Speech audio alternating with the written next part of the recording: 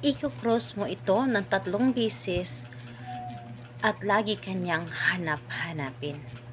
Hello mga guys, kumusta kayo? Panibagong araw, panibagong video na naman tayo. And sa araw na ito, isa na naman video ang aking tuturo sa inyo na simpleng gabay o simpleng pamamaraan na makakatulong sa atin. At bago ang lahat, gusto ko lang mag-disclaimer sa mga taong hindi naniniwala at hindi gusto ang mga kagaya nitong video. Please skip this video at maghanap kayo ng videos na gustong-gusto nyo. Dahil ang video na ito ay para lamang ito sa mga taong naniniwala and gusto mag-try. Sa lahat po ng mga nagko-comment dito sa aking video, dito sa loob ng aking channel, mag-ingat sa lahat ng mga nagre-reply sa inyo na dinadala kayo sa kanilang WhatsApp Inimo app upang makaiwas po tayo sa scam. Ngayon po ituturo ko sa inyo paano kayo laging hanap-hanapin ng taong minamahal ninyo, ng asawa ninyo, ng boyfriend o girlfriend po ninyo.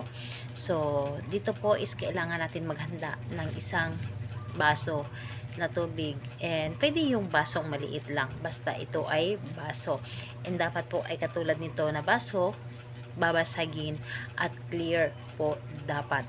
So, kailangan malinis na tubig ang ating dapat na ihanda.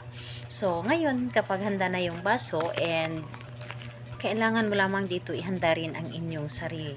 Kailangan na hindi ka nagdududa at alam mo sa iyong sarili na gustong-gusto mo itong gawin at naniniwala ka at nagtiwala sa inyong dapat na gawin. So, ngayon kapag ready ka na ay pwede mo itong simulan. So, ang gagawin mo lamang dito ay napakadali lamang. So, dito sa isang baso ay magko-cross ka lamang. Halimbawa, kumuha ka ng inyong laway.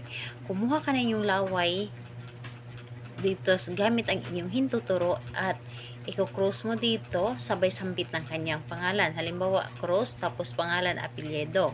Tapos kumuha ng laway ulit, i-cross pangalan, apelyido. Tapos pangatlo, ganun pa rin, kumuha ng laway tapos i-cross mo dito pangalan at apelyido.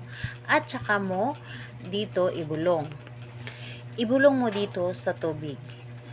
Hanap-hanapin mo ako anuman ang oras, hanap-hanapin mo ako bawat oras, minuto o araw. Saan ka man naroroon, anuman ang ginagawa mo, wala kang ibang hahanap-hanapin kundi ako lamang. So, dito, pagkatapos mo ditong ibulong ang lahat ng mga sinasabi po ninyo, ito ay inyong inumin. Inumin po ninyo, ubusin po ninyo dapat ang tubig na nasa loob ng baso na iyong inihanda. And sa pag-inom mo nito, i-claim mo sa iyong sarili na ito ay mangyayari kaagad. So, ayun po. Pagkatapos po, hayaan ninyo ito ang baso na ilagay doon sa inyong paghugasan para gamitin ito sa normal na gamit sa araw-araw. Kung magtatanong ka kailan ito pwedeng gawin, kahit anong araw at oras pwede mo itong gawin. Mas maganda na gawin mo ito kapag tahimik ang paligid, yung tipong walang makakaistorbo sa inyo o walang kahit sino man o anuman ang makakadistract sa inyo. So, ayan po, mabilis po itong gumana. So, ayun, salamat po sa inyo. Bye bye everyone. God bless us all.